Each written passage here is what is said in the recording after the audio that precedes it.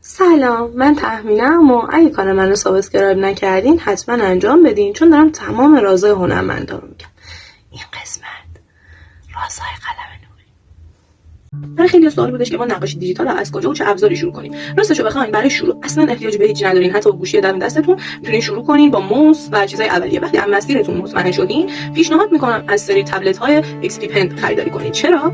تبلت‌های XP Pen به خاطر هزینه کمی دارین می‌کنین و قابلیت‌های زیادی که بهتون میده. خیلی با صرف این تبلت‌ها حدوداً از 10-12 تومن شروع میشه به بالا. حالا بستگی داره که شما چه سریشو بگیرید. این تبلتی که من دارم سری متوسطشه و حالا میگم چرا متوسط. شما هیچ نمایشگری اینجا نمی‌بینید. این صفحه تبلت با نقاط خیلی حساس به سیستمتون وصل میشه و تنها راه اتصالیش هم یه سیم معمولیه که مثلا موس وصل میشه به همه لپتاپ‌ها و سیستم‌ها و یه قلمو دارین. یه قلمونی که این سرش سنسور داره و هر خطی بکشین این به اون حساسه و نمایشش میده توی سیستم. اصلا نگران نباشین که آقای من هیچ اینجا نمی‌بینم چه جوری بکشم. کم کم به مرور زمان عادت می‌کنین. یعنی اصلا نیاز نیست این صفحه رو نگاه کنین، مثل کاغذ شما می‌کشین و بلافاصله تصویرش رو روی سیستم می‌بینید. اصلا سخت نیست. این تبلت سری دکمه‌ها هستش که خودتون می‌تونین انتخاب کنین چه قابلیتایی رو بهتون بده. ولی چالش بعدی که اکثریت باهاش مواجهن اینه که سر قلممون تموم میشه یا نه. راستش رو بخواین یک موضوع نگران کننده است، ولی اصلا نگران نباشین. این سری قلم ها توی خود بستش نزدیک 12 عدد سر قلمه که این قلم ها حدودا برای یک سالتون هر کدومش کافیه و وقتی تمام بشه شما میتونین بازار آزاد تهیه کنین و قیمت آنچنانی نداره.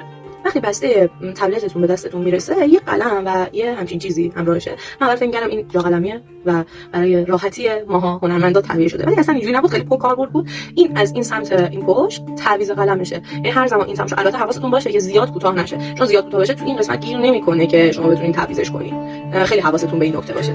من حدودا یه 2 سالی بود دیگه این سری قلمو رو استفاده کرده بودم و خیلی کوتاه بود و اصلا شما نباید نگران تعویض اینجور چیزا باشین، چون اینا به راحتی وصل میشه و دوباره سنسورش فعاله و اصلا هیچ مشکلی نمیشه. روی قلموش 2 تا دکمه که شما خودتون بازم انتخاب میکنین که چه قابلیتی این دکمه باشه. من برای راحتی خودم انتخاب قلم و اون سایزها، حالا اگر ویدیو رو ندیدین تو بخش فتوشاپ آموزش قسمت اول ابزارهای نقاشی دیجیتال رو برین نگاه کنین. من اون قسمتی که قلم‌ها رو انتخاب میکنین روی این سوار کردم. وقتی میزنین دیگه قلم‌ها میاد و نیاز نیستش که برید تو منو و انتخاب کنید. هم کارتو سریع‌تر می‌کنه. یه سوالی که پیش میاد یعنی این خش میفته، خراب میشه، نقاشیمون دیر به سیستم میرسه.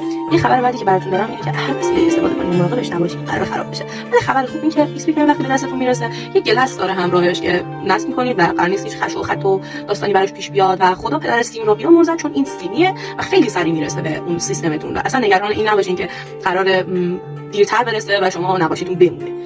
بلافاصله که نقاشیتون رو بکشین روی صفحه نمایش داده میشه. البته سری‌های دیگه XP Pen هست که شما میتونید تهیه کنید و مانیتور روی خود تبلته و خب هزینه بیشتری هم داره.